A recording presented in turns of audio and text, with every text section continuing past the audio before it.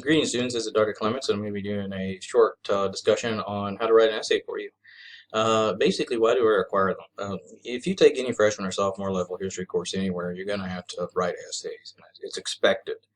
But more importantly, this skill is kind of a gateway skill to improving your abilities in the future, because you're going to have to write more and more, regardless of what degree plan you go for.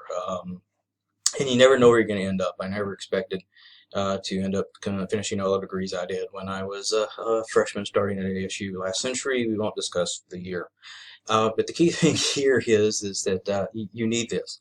Trust me, I've been through, I actually have 5 degrees. I have a pretty good idea of what's going to be required of you as you move into your junior and sophomore plans if you move to a 4-year institution, or if you're just going to get a 2-year with us and go out into the work world. You know, the writing skills may separate you from somebody else in job promotion issues. So what you want to do is practice, practice, practice. Practice is critical in doing well, and like I said, all freshman and sophomore courses at any institution are going to do this. So my goal with this video is to help you. I use what is called a 3-point theme. Some people call it a 5-paragraph themes or theme. And you know, you can, whatever term you want to use. Clearly, I want an introduction paragraph, at least 3 body paragraphs, and a conclusion paragraph. Most of my questions are structured with 3 body paragraphs set up. Speaking of the questions, here's one that I'm going to show you. I've used some different colors to show you different parts of the questions here. And this is probably not super common because most of the material is going to come out of the book, so you won't be seeing this stuff down here. But usually there's maybe a setup sentence or two, and that's what these first 2 are basically. The main point of the question is, how did the CCC, WPA, and AAA influence life in Arkansas? Did these programs really change the lives of Arkansans? Clearly from an Arkansas history book. Class, excuse me, not book.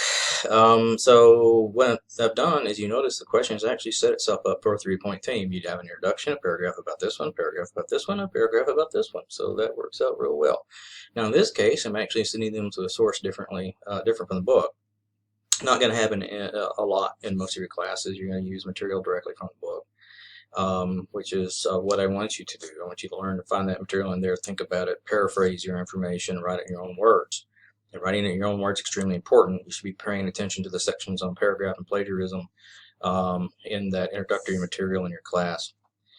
So let's talk about the introduction paragraph. Your introduction paragraph is going to hold 2 important pieces. The thesis statement, which is basically going to be a 1-sentence statement that's going to be answering the question or telling the reader what you are going to be discussing.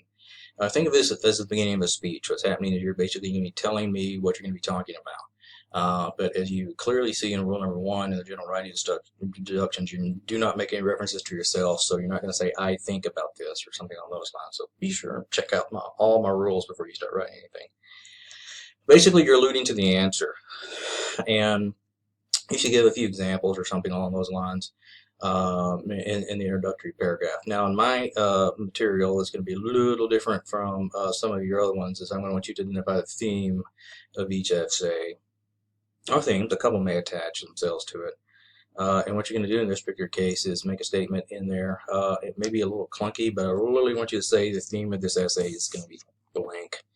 And I'll show you an example here. And one of the things I want to do is I'm going to show you a couple of examples of each. Here's a great introduction paragraph. This person kind of sets up talking about it. They identify the main person in this, President Franklin D. Roosevelt. The key thing is one of the rules you'll see in my general writing introductions list. Here's one of them that they did very well with. They identified the name of the person very clearly.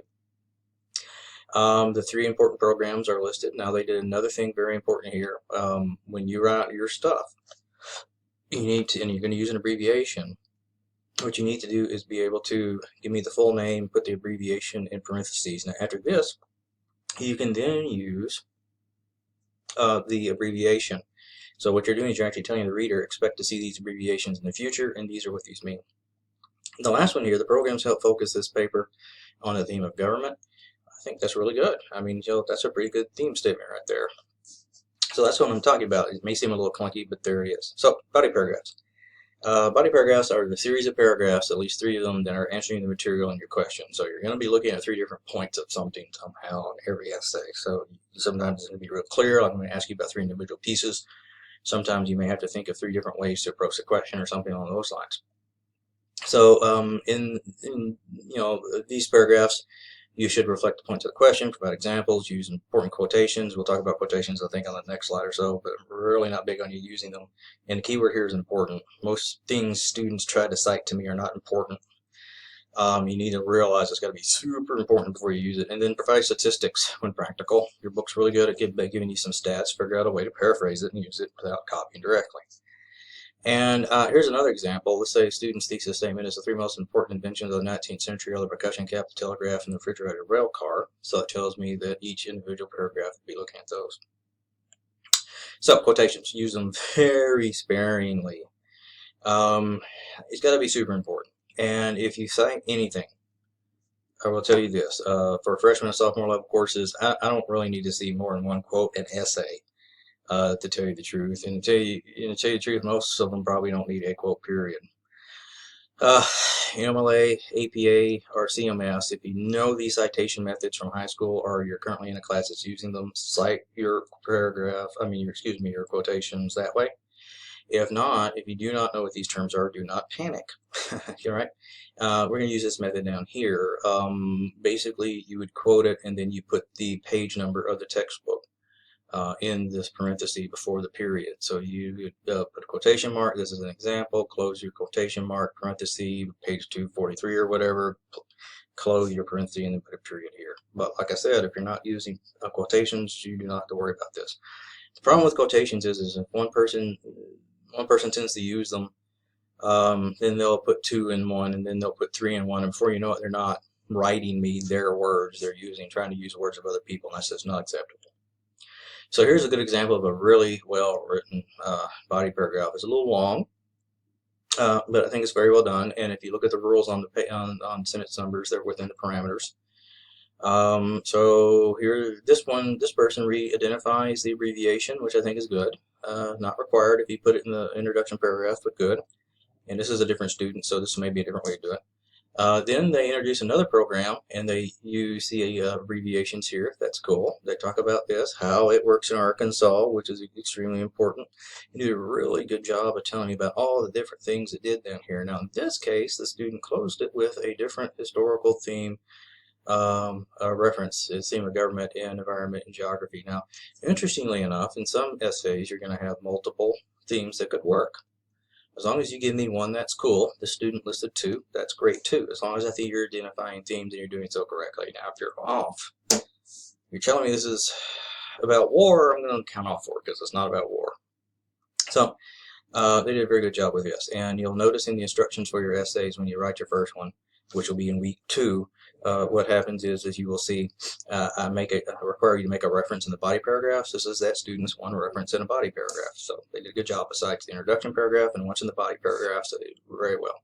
Conclusion is going to basically be the last sentence. And like I said before, the introduction is like telling me at the beginning of the speech what you're going to be talking about. The conclusion at the end is, as I say down here, you're kind of recapping and say, I talked about this, without saying I, of course. So here, you basically can restate your thesis in different words. I finally add a few more sentences on the general topic, just kind of summarizing what you talked about. At the end of a speech or a sermon or something along those lines, you typically hear, a little playback of what you did. And here's a good example of a conclusion paragraph. It's not excessively long, but it's probably just as long as the other paragraphs they had in their essay, which is important to kind of keep it uniform. We've already talked about Roosevelt. We've already identified these abbreviations, so they don't have to do that again. And they kind of talk about some interesting things here. Now, all 3 of these paragraphs come from different papers. So it's kind of an interesting little statement. They probably brought up corruption issues in their body paragraphs, that this one's kind of a little different from what you'd kind of expect, but it's very well done because it supported what they did in their essay. All 3 of these people got A's on their essay, so they're very, very good, good writing examples. So, return papers.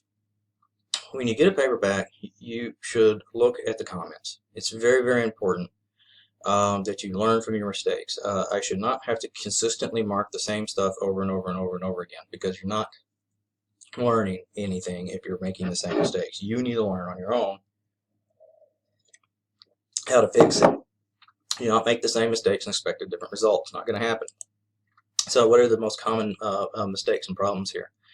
You're sometimes you're short on your paragraphs, meaning you give me 4 instead of 5. There's no statistical support when it's possible. It doesn't have to be a statistic in every paragraph.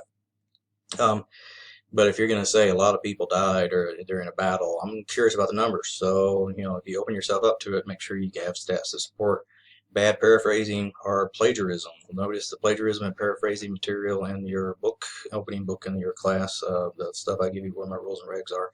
There's a bunch of links to help you. If you don't understand, ask me. If I mark off something, you better make sure you understand it and not make that mistake again, because this could cost you a grade and really hurt your score. Short than the required number of paragraphs. I guess short paragraphs up here I meant like you used 3 sentences instead of 4. Here, short the number of paragraphs in the essay. No evidence. Failing to cite your quotations, which is bad. Directly copying material, which is plagiarism. Ignoring my general writing rules or ignoring something I tell you to repeatedly do. There's a number of videos that are meant to help you. Please do not make those mistakes again. And as always, if you have any questions, please let me know. You can find my address in the syllabus at the very top. You can contact me through Moodle Messenger. And if need be, you can actually call. I'm only in my office during the required office hours, but it's usually easier to get a hold of me at my email address. I hope you guys have a good day. Bye.